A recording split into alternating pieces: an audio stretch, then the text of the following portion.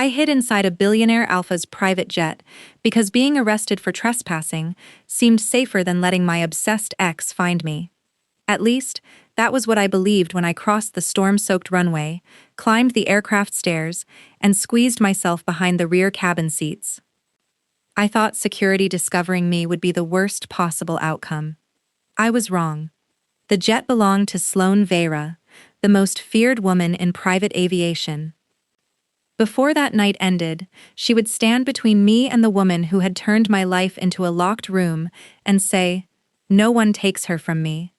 In that moment, I did not know whether Sloane was protecting me or constructing a stronger cage. Rain hammered the private airport so violently that the building seemed to dissolve behind silver sheets of water. My coat clung to my shoulders, my shoes slipped against the pavement, and every breath scraped through my burning lungs. A car door slammed somewhere behind me. I kept running. Celeste always wanted me to look back. She wanted to witness the exact second I understood that she had found me again. My phone vibrated against my palm. 7% battery. Her name filled the screen. Celeste Dane. I rejected the call, but a message appeared almost immediately. "Stop running, Rowan. You're frightened, and frightened people make dangerous mistakes." Water blurred my vision as I crossed between two dark hangars. I had already made the mistake of believing her once, then twice. After that, the mistakes became so tangled with apologies, promises, and second chances that I stopped knowing where her concern ended and her control began. In the beginning, Celeste called constantly because she missed me. Later, she needed my passwords because couples were not supposed to keep secrets. Soon, she began appearing outside my studio whenever I stopped answering. After I finally left her, flowers arrived at my apartment. Then came handwritten apologies, expensive gifts, and photographs of me taken from across streets, through restaurant windows, and outside the building where I slept. She never threatened me directly. Celeste was far too intelligent for that. Instead, she reminded me that she knew where I was. Another message lit the screen. "I can see the blue scarf." Cold rushed through me. I tore the scarf from my neck and threw it beneath a parked service vehicle without slowing down. This part of the airport had no public terminals, only private hangars, fuel trucks, maintenance vehicles, and polished aircraft belonging to people wealthy enough to avoid ordinary entrances. I had come there because a client was supposed to fly me to Boston for an illustration project. 20 minutes before departure, the client canceled. The moment I stepped outside to order a car, Celeste's silver sedan rolled through the security gate. A guard checked her identification, smiled, and lifted the barrier. That was the kind of power the Dane family possessed. They owned hotels, real estate, media companies, and several public officials who should never have been available for purchase. Celeste passed through closed doors, as though they had been waiting for her. My only choice was to run deeper into the airport. Ahead of me, a jet waited beneath the floodlights, white and silver against the black sky. Its stairs were lowered, the cabin door stood open, and a baggage worker was pushing a cart toward the nearest hangar. The aircraft would remain unattended for perhaps 30 seconds. 30 seconds was enough. I crossed the runway. My phone rang again. This time, I answered without speaking. Celeste's breathing was calm. "Rowan," she said gently, "you have made your point." My fingers tightened around the phone. "Go home. You are home." "No, I'm not. You're overwhelmed. Let me come and get you." Lightning flashed above the airport. For 1 second, her silhouette appeared near the hangar entrance. Perfect coat. Perfect posture. Not running. She knew she did not have to. "Do not come near me," I whispered. Her voice grew even softer. "That does not sound like you. It sounds exactly like me. You just never listened." I ended the call and climbed the jet stairs. Warm golden light spilled across cream leather seats and polished dark wood. The cabin smelled faintly of cedar, expensive coffee, and something sharper that made every alpha instinct buried inside me lift its head. Power. Not loud power. Controlled power. the kind that never needed to announce itself. There was no time to wonder who owned the aircraft. Voices approached from the runway. I rushed through the main cabin, past a compact lounge, and squeezed into the narrow space behind the last row of seats. A storage compartment pressed into my shoulder as I pulled a folded blanket over my wet coat. Footsteps crossed the stairs. A man spoke outside. "Ms. Dane, this aircraft is restricted. I believe someone entered it. We reviewed the runway cameras. And no unauthorized passenger boarded." Celeste paused. My fist pressed against my mouth. Either the cameras had missed me or someone was lying. "This is a serious security matter," she said. A second voice answered. "Female. Cold. I'm sure airport security can handle it." My pulse jumped. I knew that voice. Everyone connected to private aviation knew it. Sloane Vera rarely gave interviews, but recordings of her shareholder meetings circulated online like battle speeches. At 27, she had inherited a failing charter company and transformed it into Vera Global Aviation, an empire of private terminals, cargo routes, maintenance facilities, and international security contracts. Her rivals called her ruthless. Her employees called her demanding. The tabloids called her the Alpha Queen of the Sky. No one called her careless. Celeste's tone shifted almost imperceptibly. "I was told this aircraft belonged to you." "It does. My former partner may have entered it without permission." "Your former partner?" "She is unwell." The words slipped beneath my skin like ice. Sloane allowed a moment of silence before asking, "Is she dangerous?" Celeste released a weary breath, performing private heartbreak for a stranger, only to herself. A laugh nearly escaped me. It would have sounded too much like a sob. "I will have my crew inspect the aircraft," Sloane said. "I would prefer to do it myself." No. One word. No anger. No explanation. The kind of refusal Celeste had never accepted from me. Silence stretched between them. "Of course," Celeste finally replied. Her heels moved away across the wet pavement. The cabin door closed. Locks engaged. Relief loosened my chest for 3 seconds. Then the jet began to move. I pushed away the blanket and crawled into the aisle. Too late. Hangar lights were already sliding past the windows. Rising too quickly, I struck my shoulder against an overhead compartment. A crystal glass trembled on the counter. The aircraft stopped taxiing. Silence filled the cabin. Footsteps approached from the front. Slow, unhurried. There was nowhere left to hide. A woman appeared at the edge of the lounge. Tall, black suit, dark hair swept away from a face so controlled that even surprise seemed to require permission before touching it. A pale scar crossed one side of her throat and disappeared beneath her collar. Gray eyes traveled over my wet coat, bruised wrist, and the phone clutched in my hand. Not a pilot, not a security officer. Sloane Vera herself.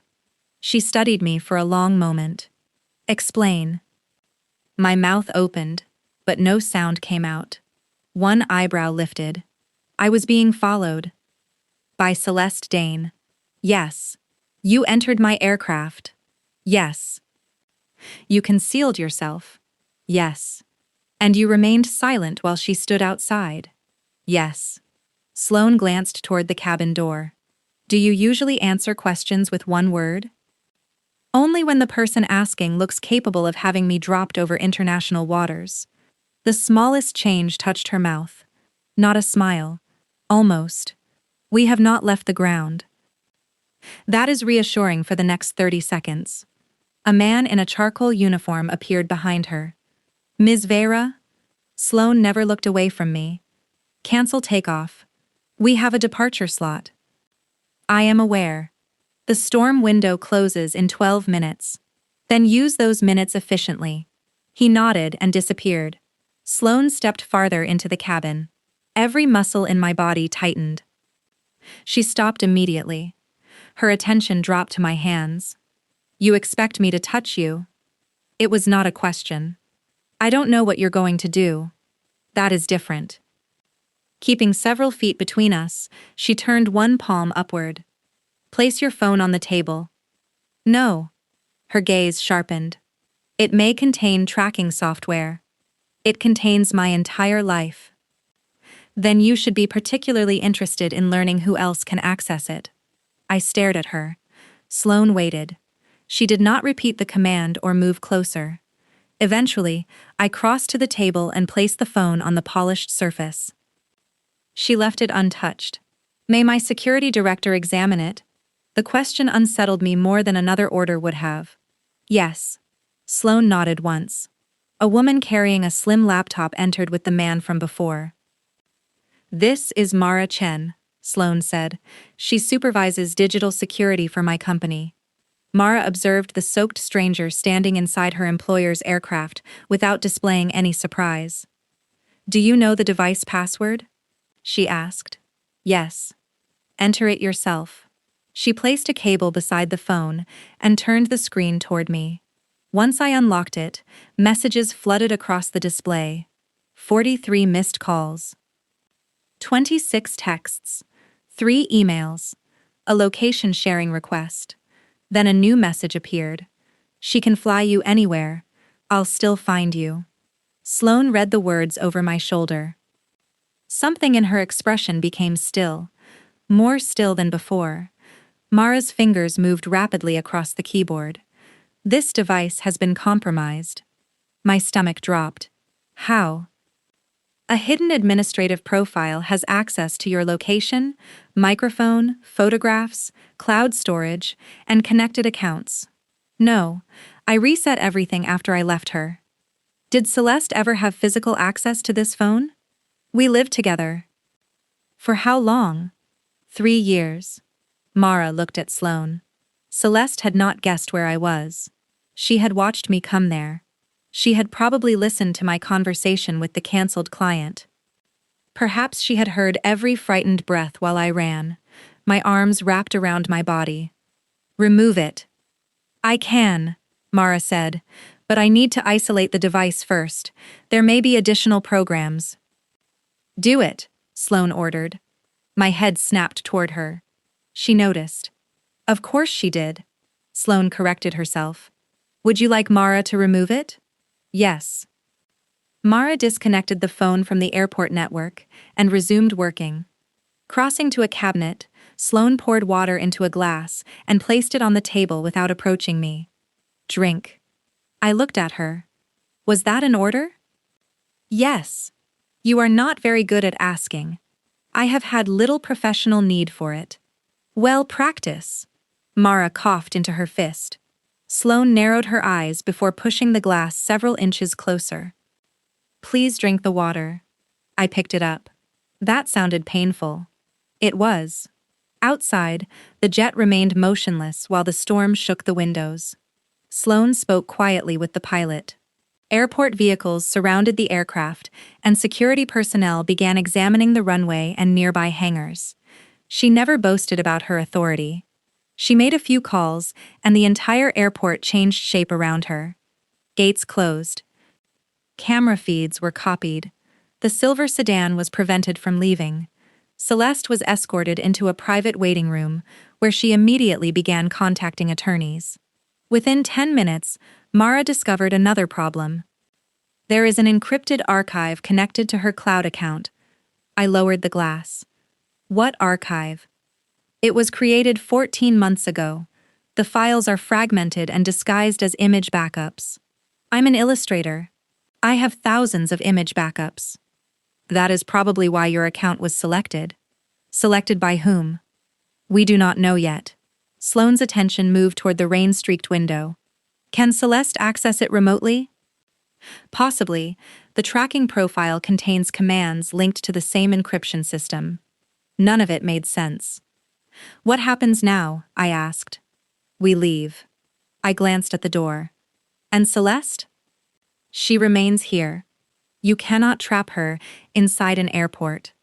I can delay a vehicle on my property while my security team investigates a credible threat. Your property? I own the terminal. Of course she did. Where are we going? Geneva. A laugh escaped me. Sloane's expression stayed unchanged. I was trying to reach Boston. Boston is no longer secure. You do not get to decide that. The atmosphere shifted. Her alpha presence filled the cabin without her taking a single step. Some instinct inside me recognized the danger of challenging her. A deeper instinct refused to care. You are safer under my protection, Sloane said. The sentence froze my blood. Celeste had used almost the same words on the night she took my passport and locked it in her safe. You are safer when I handle the important things. I backed away from the table. Sloane caught the movement immediately. What did I say? That I belong under your protection. I did not use the word belong. You didn't need to. Her jaw tightened. For the first time, frustration broke through her calm. Not frustration with me, frustration with herself. Give us the cabin, she told Mara. Mara collected the laptop and left. Once we were alone, Sloane removed her jacket. My heart slammed against my ribs. She folded the garment neatly and placed it over a chair. Then she sat. The action lowered her eye level and left the aisle completely open. I am not Celeste Dane, she said. I know. No, you know my name. That is not the same thing. I remained silent. You entered an aircraft, connected to an active security threat. Your device contains surveillance software and encrypted files tied to the woman pursuing you. Until I understand the situation, I cannot pretend there is no danger. You can explain the danger without deciding my life. Yes. The answer came so quickly that I blinked. Sloane rested her hands on her knees. What do you require? What? Boundaries. State them clearly. Celeste used to ask what I needed. Then she would patiently explain why I was wrong. I searched Sloane's face for impatience. There was none. No touching me without permission. Agreed. No deciding where I go. A pause followed. I may advise you when I believe a location is unsafe. You may advise. The final decision remains yours. Yes. Agreed. My throat tightened around the final boundary. And do not call me yours. Her gaze held mine. Something moved behind her eyes, something instinctive and carefully restrained. Have I called you that? No. Then why is the boundary necessary? Because women like you say it as though it is romantic. Women like me? Powerful alphas who mistake wanting someone for owning them. That almost smile appeared again. I will not call you mine. Good. Unless you ask me to. Heat climbed into my face. That will never happen. I accept your prediction. I looked toward the door. Am I free to leave this jet? Yes. The immediate answer surprised me. If you walk outside, airport security will accompany you, because Celeste remains inside the terminal. You may choose a police station, a hotel, or any address you consider safe. Mara can copy the compromised data and return your phone. I will not prevent you from leaving. The aisle remained clear. The cabin door could be opened. Every part of me wanted to run. Running had brought me into the aircraft, though, and fleeing without information would lead Celeste directly to my next hiding place. What would you do? I asked. I would stay. With a stranger? With the person who controls the aircraft, the terminal, and the investigation. That answer is extremely convenient for you. It is also accurate. Beyond the windows, rain continued to lash the runway. Celeste was somewhere inside the terminal, calling powerful people and telling them I was unstable. Sloane waited. She did not rush me. She did not explain what a sensible woman should choose. I'll stay until your team examines the archive. Understood. Not because you ordered me to. I am painfully aware of that. The jet lifted into the storm 8 minutes later. I watched the airport shrink beneath the clouds. As soon as the ground disappeared, panic climbed into my throat. I had entered because I needed a hiding place. Now I was thousands of feet above the earth, with a woman whose employees moved the moment she lifted one finger. Across from me, Sloane reviewed security reports. She had given me the seat nearest the aisle and taken the one beside the window. She had also instructed the flight attendant to explain every lock, emergency exit, and communication system. Not only to me, to both of us. As though she understood that being treated like a frightened child would make me feel trapped. A plate of food arrived. I stared at it without touching anything. Sloane continued reading. "You have not eaten." That sounded like an observation. It was. Good progress. This time, I saw the smile. Small. Sharp. Gone almost instantly. I managed 2 bites. As the adrenaline drained from my body, exhaustion settled into its place. Sloane reached beneath the table and removed a compact metal case. Medical supplies. "You're bleeding." A shallow cut crossed my palm, where I had gripped the wet stairs. "It's nothing. It is blood on cream leather. I'll pay for the cleaning. I am not concerned about the seat." She removed antiseptic and a bandage, then stopped. "May I?" My gaze traveled from her hand to her face. She was waiting. The alpha who could redirect aircraft and close private terminals was waiting for permission to clean a cut no wider than my thumbnail. Yes. Sloane moved carefully. Her fingers were warm. The instant she touched my wrist, an involuntary response traveled through me. Not fear. Something more dangerous. Her scent deepened, cedar and cold air wrapped around restrained heat. Gray eyes lifted to mine. She had felt it too. Neither of us spoke. She cleaned the wound without tightening her grip. When I flinched, she stopped. "Continue," I whispered. Sloane wrapped the bandage around my palm. Her hands remained steady, although a thin scar crossed one knuckle. Then another. "Do you fight people often?" I asked. "Not anymore." "What changed?" "I became rich enough to employ people who advise me not to." "Do you listen?" "Rarely." The moment the bandage was secured, she released me. The absence of contact felt sharper than it should have. I folded my fingers into my lap. Sloane returned to the security reports without mentioning what had passed between us. That silence made the moment harder to dismiss. 2 hours into the flight, Mara re-entered the cabin. Her expression delivered the news before she spoke. "We opened part of the archive." Sloane closed her tablet. "What did you find?" "Flight manifests, financial transfers, surveillance authorizations, and photographs. Some records involve Dane Meridian Holdings. Others appear connected to public officials." My mouth went dry. Why would any of that be inside my account? Mara placed a screen on the table. One of my old illustration folders appeared. Landscapes, street scenes, travel sketches. She opened an image and revealed a hidden sequence of code buried inside the file. "Your cloud storage automatically uploaded original artwork from several devices," Mara explained. "The archive used those files as camouflage. I never created that code." "We know." "How?" "The dates do not match your login history. Several uploads occurred while you were traveling without internet access." A memory surfaced, Celeste sitting beside my laptop while I packed for a work trip. She had offered to organize my files. She had smiled when I thanked her. My stomach turned. Sloane's voice became quieter. "What is the most recent record?" Mara hesitated. "A transfer scheduled for Monday. $48 million moving through 3 aviation leasing companies. Owned by whom?" "One shell company connects to Dane Meridian. Another connects to a former director of Vera Cargo." Sloane's face hardened. The Dane family had not simply hidden criminal evidence inside my harmless account. They had linked it to Sloane's company.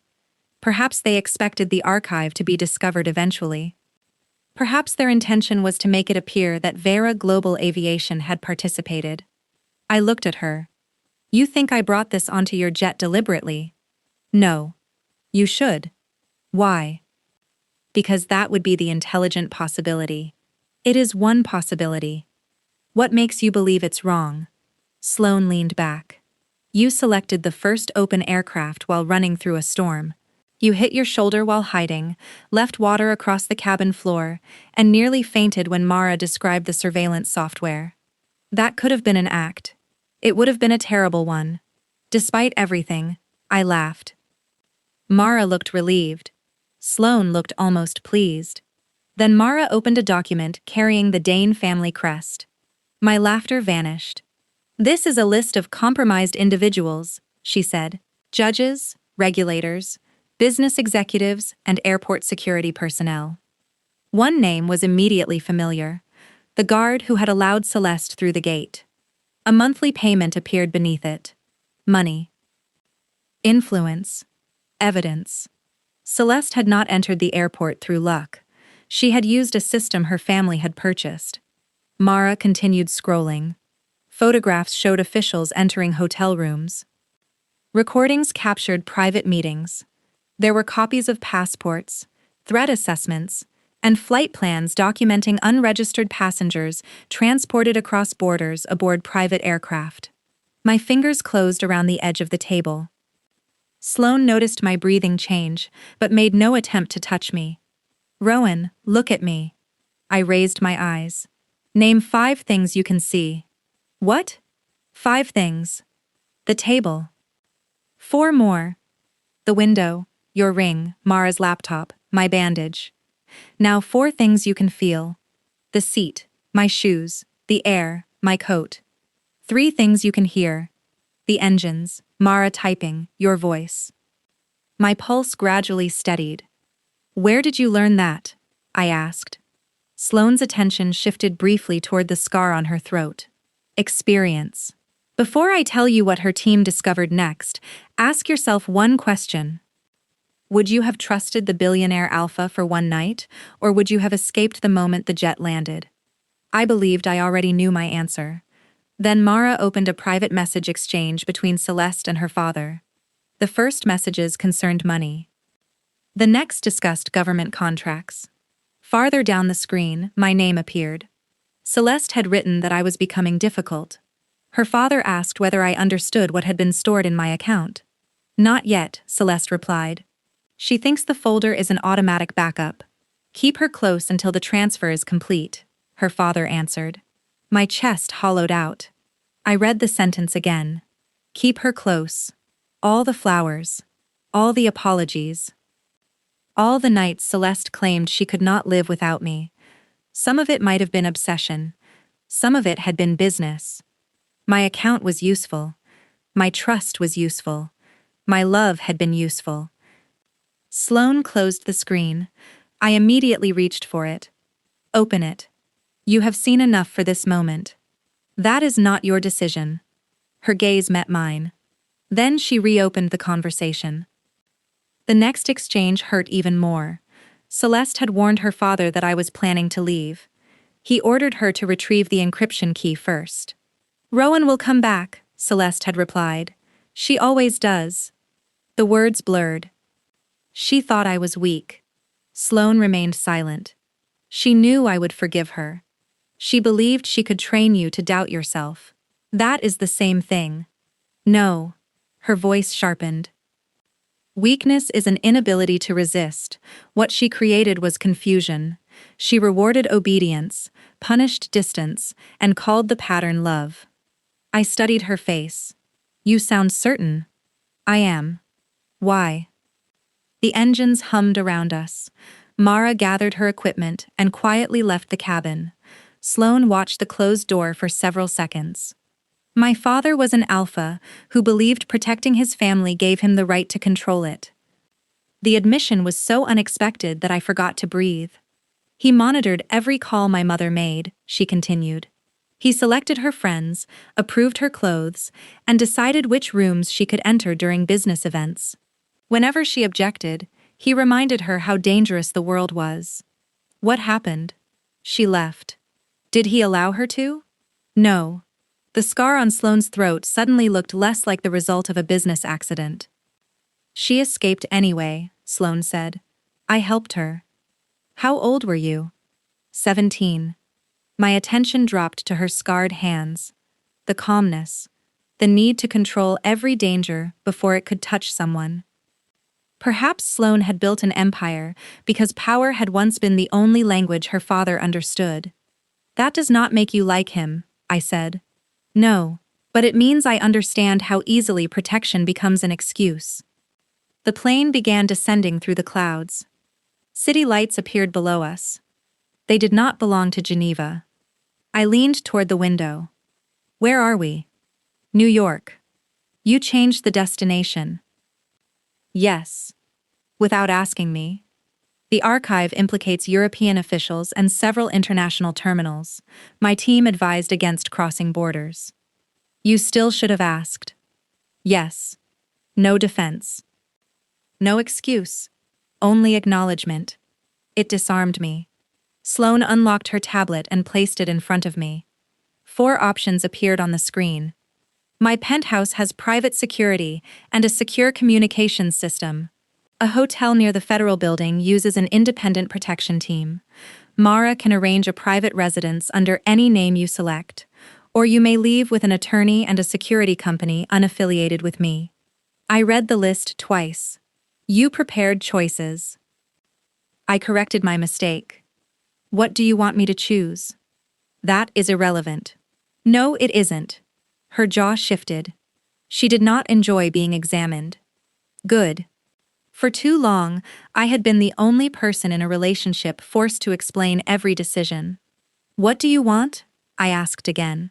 My penthouse. Why? Because I know every entrance. Because my team can respond within seconds. Because I will be there.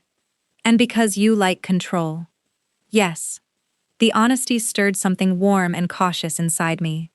But wanting control does not make it mine to take, she added.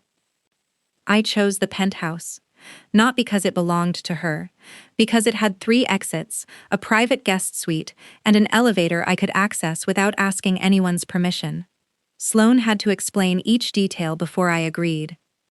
Her penthouse occupied the top 2 floors of a glass tower overlooking the city. The interior was quieter than I expected. There was no gold furniture, no dramatic portrait of its owner, and no display of wealth designed to make visitors feel small. Only dark wood, pale stone, clean lines, and windows so wide that Manhattan seemed to spill into the rooms. Sloane showed me the guest suite herself. She remained outside the doorway. The lock operates from the inside, she explained. No member of staff has access unless you activate the emergency system. You? No. You own the building. I own many things I do not enter without permission. Warmth climbed into my face. She noticed. Of course she did. Her hand indicated a panel beside the bed. The blue button contacts security. The white button calls the house manager. The red button unlocks every secured door on this floor and alerts the elevators. You designed an escape button? My mother designed it. That answer remained with me. During the next 3 days, the penthouse became the headquarters of an investigation large enough to damage governments. Cybersecurity specialists arrived. Attorneys followed. Federal investigators entered through a private elevator and left carrying encrypted drives. Throughout every meeting, Sloane asked before entering my room. Every time. Even when the door stood open. Even when we were late. Even after I told her she did not need to keep asking. You established the boundary, she reminded me. I can change it. Then change it clearly. Wrapped in one of the house manager's oversized robes, I stared at her from the bed. You may enter when the door is open. Understood. But knock when it is closed. I would have done that anyway. Congratulations, you are becoming civilized. An almost smile appeared.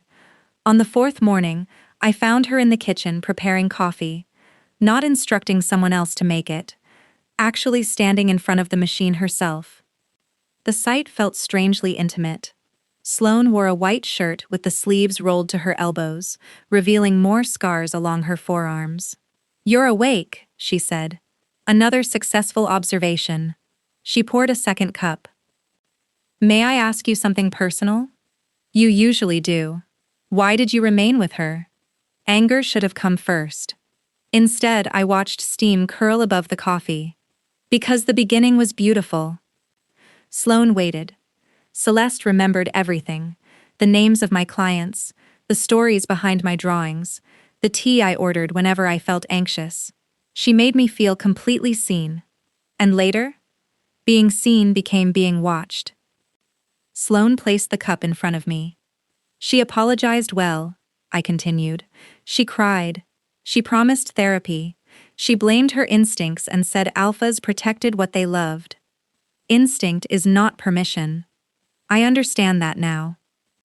You understood it then. My gaze lifted to hers. You were taught not to trust what you understood. The gentleness in her voice hurt more than pity would have. I stared down at the coffee. What about you? What about me? Have you ever kept someone close because you were afraid to lose her? Sloane's expression closed. Yes. What happened? She left. Did you try to stop her? I offered security? That is not an answer. Her eyes narrowed. I took a sip. She had made the coffee exactly the way I liked it. I had never told her how. Then I remembered the breakfast tray on the jet. She had noticed which cup I finished. I made it difficult for her to leave, Sloane admitted. How? I purchased the company that employed her. I nearly choked. You bought her company? I believed she was being pressured to relocate. So you removed the job. I improved the company. That is not the point. I understand that now. Did she? She married someone else. My hand covered my mouth, but the laugh escaped anyway. Sloane remained entirely serious. You deserved that. I am aware. What did you learn? That resources can become weapons even when they are presented as gifts. For the first time, I saw Sloane not as the woman who controlled every room she entered, but as someone constantly measuring the damage she could cause merely by reaching for what she wanted. You haven't bought my studio, have you? No. My apartment building? No. My favorite cafe? The corner of her mouth moved. Sloane. The cafe had serious accounting problems. I stared at her. She held my gaze for 3 seconds. That was a joke. You make jokes? Rarely. This one appears to have failed. My laughter became so uncontrollable that I had to grip the counter.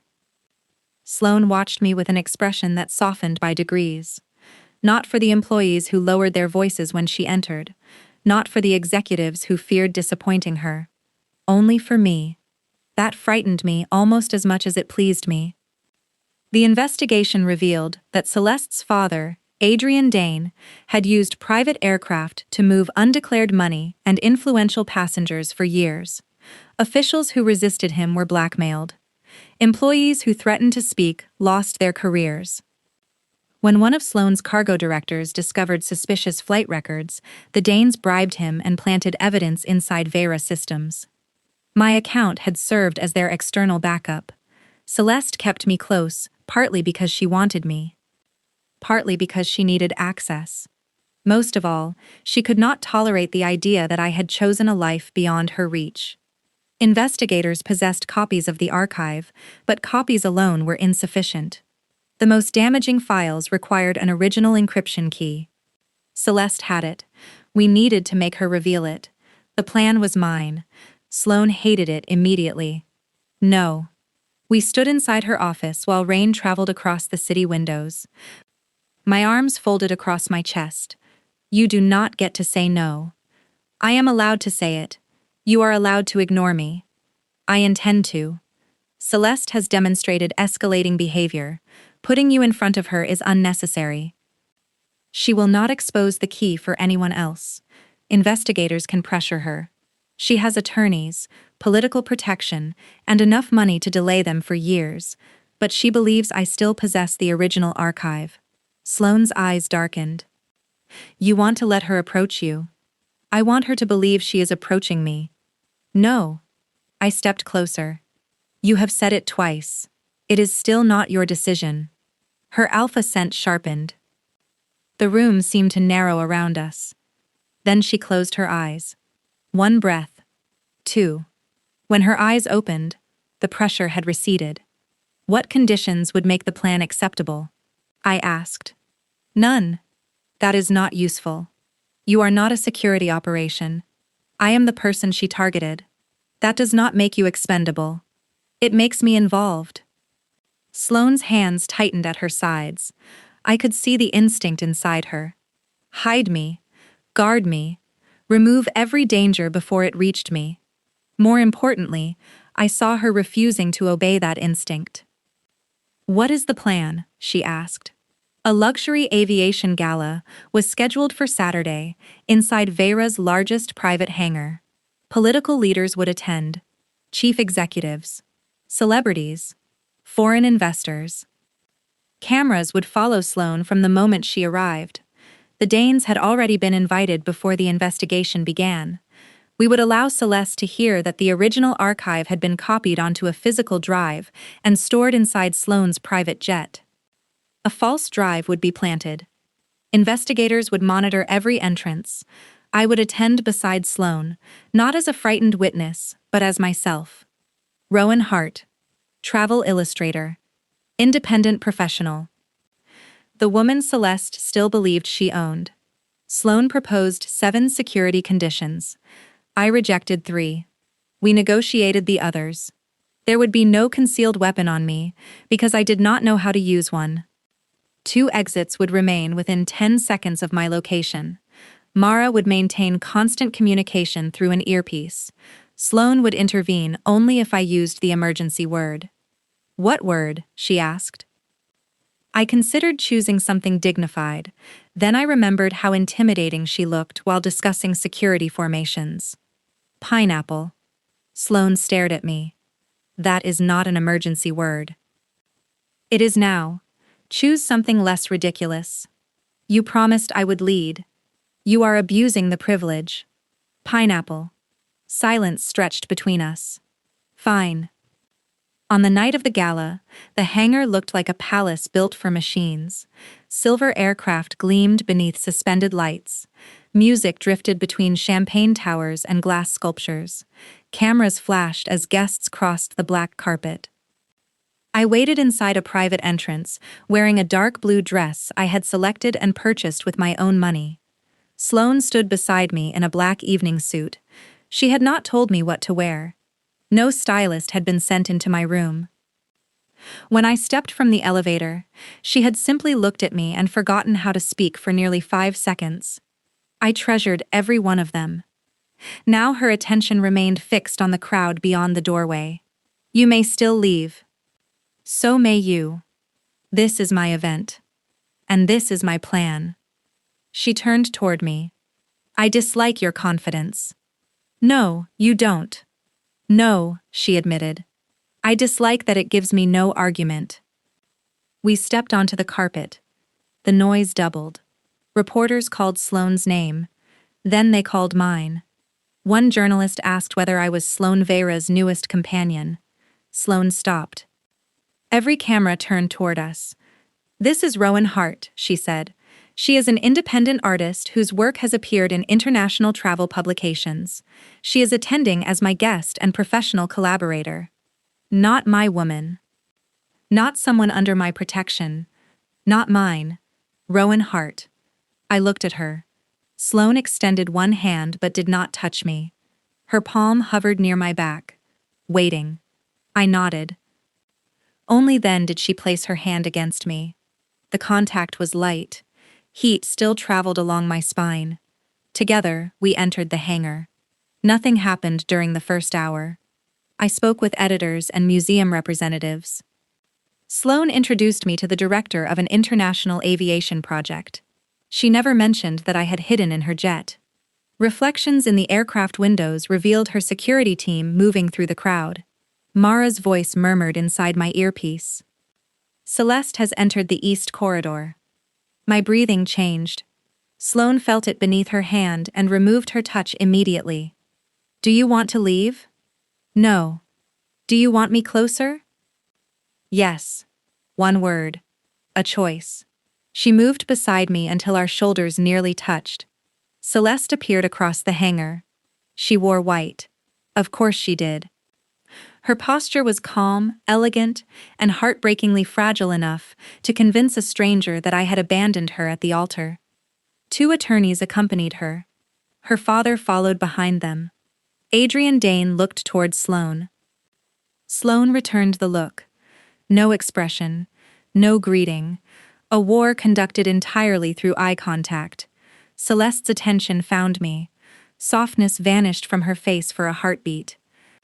Then she smiled. "Rowan." I remained where I was. She approached. Security shifted around the room. Celeste noticed. "Is all this necessary? I only want to speak with her." Sloane's answer was cold. "That depends on whether she wants to speak with you." Celeste looked at me. The old pressure returned. It was not supernatural. It was not irresistible. It was familiar. She expected me to rescue her from embarrassment, to soften the room, to say everything was fine. "It's all right," I said. Sloane turned slightly. 2 of my fingers touched her wrist. Permission, not surrender. She stepped back half a pace. Celeste smiled as though she had already won. "I knew you would be reasonable." "No, you knew I used to be afraid of making you angry." Her smile weakened. "I have never hurt you. You made me believe privacy was betrayal. I was protecting our relationship. You tracked my phone. You disappeared. I left. You were confused. I was clear." Celeste glanced toward the cameras and lowered her voice. "I don't know what she has told you, but powerful alphas never help people without expecting ownership in return." I looked at Sloane. She stood close enough to intervene, far enough to let me speak. "She offered me 4 places to stay," I said. "You gave me 1. Celeste's mouth hardened. "She moved you into her home. I chose it. She controls your security. I approved it. She brought you here to display you," she asked before touching me. A soft laugh left Celeste. "You think manners make her safe?" "No, choice makes me safe." "She wants the files. So do the investigators. She wants you dependent on her. I still have my apartment, my work, my income, and my name. For now." Something inside me became very calm. For years, Celeste had forced me to defend every decision until I became too exhausted to remember why I had made it. I was not exhausted now. "I am not choosing Sloane over you." Celeste's expression changed. "I am choosing myself." The words landed harder than any accusation. She stepped closer. Sloane moved. Without looking away from Celeste, I raised one hand. Sloane stopped. Celeste saw it. She saw the most powerful woman in the room obey my signal. "You don't know what she is," Celeste whispered. "I know what you are. You loved me." "Yes." My answer surprised her. It surprised me too. "I loved you," I continued. "You used that love as permission to enter every part of my life. You called fear loyalty. Surveillance became concern. Possession became devotion." Tears filled her eyes. Once, those tears would have broken me. Now I saw another door she expected me to open. "You still feel it," Celeste said. "I know you do. I feel grief. That is love." "No, grief is what love becomes when it is not allowed to leave." Celeste reached for my arm. Sloane caught her wrist before she could touch me. The movement was so fast that the nearest cameras almost missed it. Sloane's face became terrifyingly still. "No one takes her from me." The entire hangar fell silent. My heart struck my ribs. Celeste looked from Sloane's hand to my face. Then she smiled. "There it is. Do you see, Rowan? You only traded one owner for another." Sloane released her immediately. Gray eyes found mine. Regret crossed her face. Not because the words had revealed weakness, because they had crossed my boundary. Celeste turned toward the nearest aircraft. "She has something that belongs to my family." "No," I said. "You hid something inside my account. You have no idea what you're carrying." "I am carrying nothing." The false information had worked. Her composure cracked. The drive is on the jet. Adrian Dane went pale. Celeste, he warned. She ignored him. It is useless without the original key. Sloane's voice cut through the silence. What original key? Celeste recognized her mistake. Too late. Mara spoke in my earpiece. Keep her talking. My attention settled on the pendant around Celeste's neck. I had seen it every day during our relationship. A narrow silver capsule, engraved with the date of our anniversary. She claimed it contained a photograph from our first trip together. I had never seen her open it. The key is inside your necklace. Her hand flew to the pendant. Adrian swore. Security began moving. Celeste stepped backward. You gave this to me. No, you told me I did. Her fingers closed around the silver capsule. I kept it because it was ours. You kept it because it contained access. You don't understand. Then open it. Her gaze darted toward the nearest exit. Investigators stepped into the corridor. Adrian attempted to move in front of her. Sloane blocked him. She did not touch him. She did not need to. You will move away from Rowan, she said. He stopped. Celeste tore the pendant from her neck. For a second, I thought she would surrender it. Instead, she ran. Not toward the exit. Toward Sloane's jet. The cabin door had been left open as part of the trap. Celeste raced up the stairs. I followed. Mara shouted through my earpiece. Sloane called my name. I entered the cabin just as Celeste reached the rear lounge. The false drive was clenched in one hand. The opened pendant rested in the other. Inside the silver capsule was a tiny biometric token. The original key. You should have come home, she said. Every trace of calmness had disappeared. Rain streaked the windows, breaking the light across her face. You knew I would find you. I knew you would try. You think Sloane will love you when this is finished? This is not about whether she loves me. It is always about love. No. For you, it is about winning. Tears gathered in Celeste's eyes. I gave you everything. You gave me what you wanted me to have. I kept you safe. You kept me small. Footsteps approached the stairs. Celeste tightened her grip around the drive. If I destroy this, there is no case. That drive is fake. She froze. Light from the cabin reflected inside the open pendant. The investigators already copied the archive, I explained. They only needed the key. Her face emptied. You used me. The accusation almost made me laugh. You came because you believed I still belonged to you. I came because you were mine. Sloane appeared at the cabin entrance. Celeste seized my wrist. Pain shot through my arm. Sloane stopped. Her face became colder than rage. Release her. Celeste pulled me closer. You will not shoot me with Rowan in the way. Sloane kept both hands visible. I do not carry a gun. You have people who do. Yes. Celeste pressed her nails into my skin. I looked at Sloane. Every instinct inside her demanded that she cross the distance. She waited. My choice. My signal. Pineapple. Sloane moved. Celeste barely had time to turn. Sloane caught her arm, twisted the pendant from her hand, and pulled me behind her in one controlled motion. Security flooded the cabin. Celeste screamed my name as they forced her to the floor. Not for help. For obedience. Rowan, tell them to stop.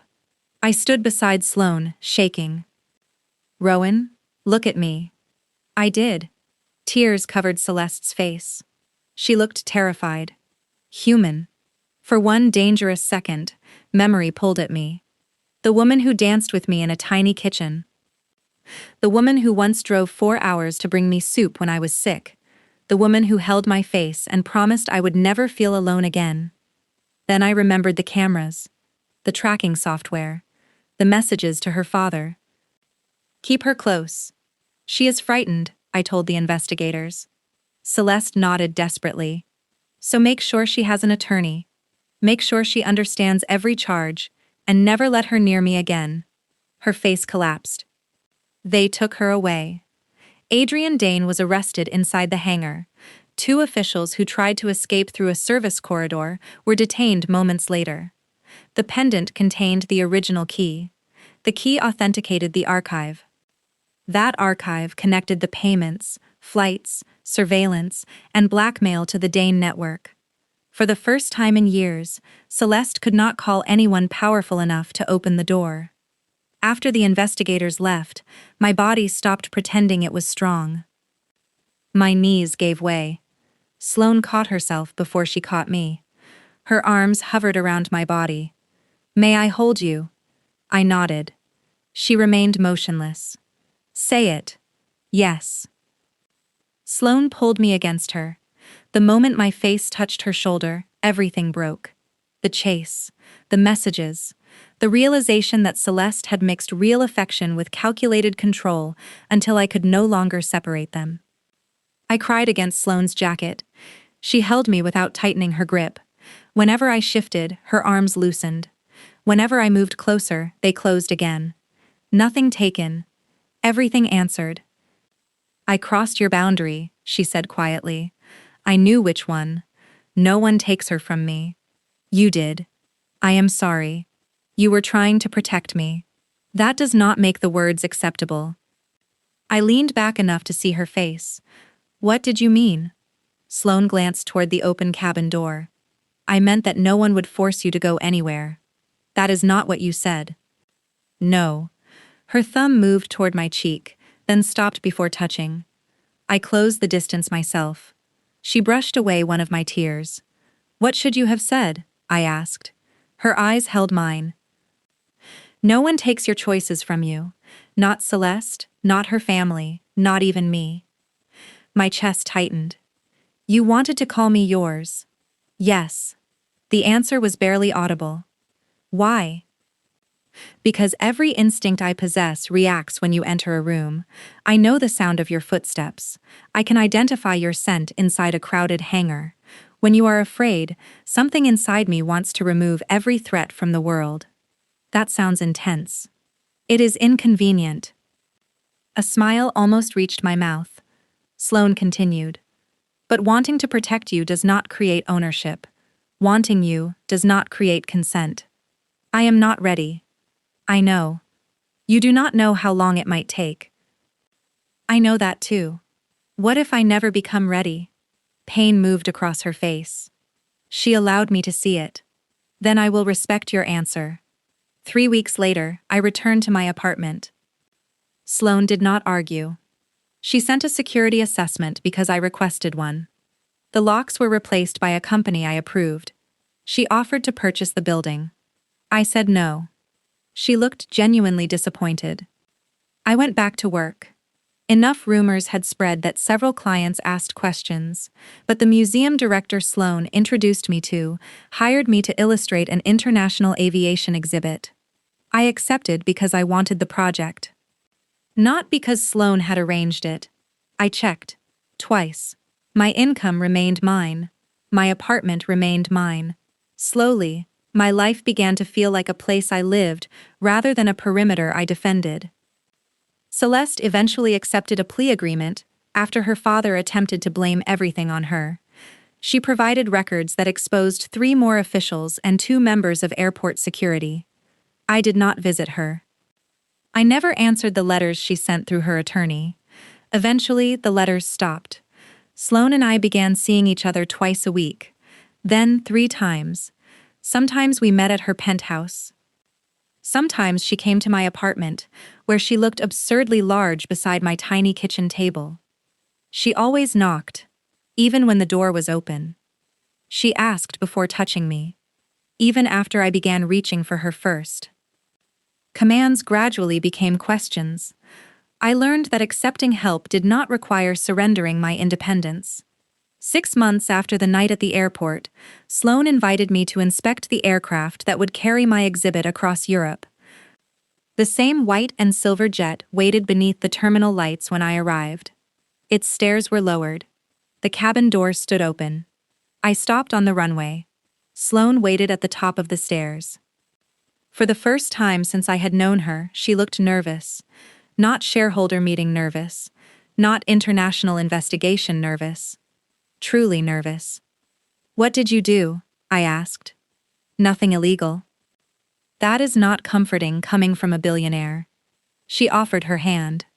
I took it. Inside, the jet looked almost exactly as it had on the night I hid there. Cream leather. Dark wood. Golden lights.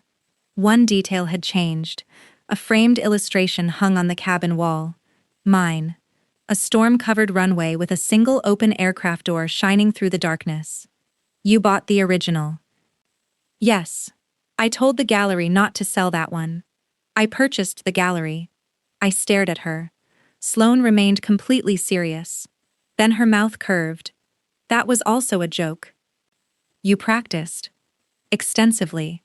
A slim black case rested on the table. Sloane opened it. Inside lay a metal card engraved with my name. Rowan Hart. Beneath it was a small key. What is this? Permanent access. To the jet? To every aircraft I own, every private terminal. My homes in New York, London, and Geneva. The security system recognizes you, but it does not track you. Mara designed the access personally. I did not touch the card. That sounds dangerously close to buying me a world. I am not buying you anything. Sloane. You may use it every day, once a year, or never. Her voice softened. You may enter any place I own, and you may leave without explanation. My attention moved to the open cabin door behind her. She had not closed it. I entered this aircraft because every other door felt closed. I remember. I thought you might become another Cage. I remember that too. You were extremely controlling. I remain controlling. You are improving. Slowly. I picked up the card. It was heavier than it appeared. What are you giving me? I asked. Sloane drew a careful breath. The freedom to choose me without ever being trapped by me. The world narrowed to the space between us. No cameras. No investigators. No danger requiring her to stand in front of me. Only Sloane, waiting without knowing what I would say. I stepped closer. Her breathing changed. My fingers touched the scar on her throat. She closed her eyes. May I kiss you? I asked. Her eyes opened. Yes. I kissed her. There was nothing hesitant about the way she answered, but she still allowed me to choose the distance. My fingers tightened against her collar. Her hands settled at my waist only after I moved closer. When we separated, the feared Alpha Queen of the Sky looked almost uncertain. I smiled. She became suspicious. What? You're nervous. I am never nervous.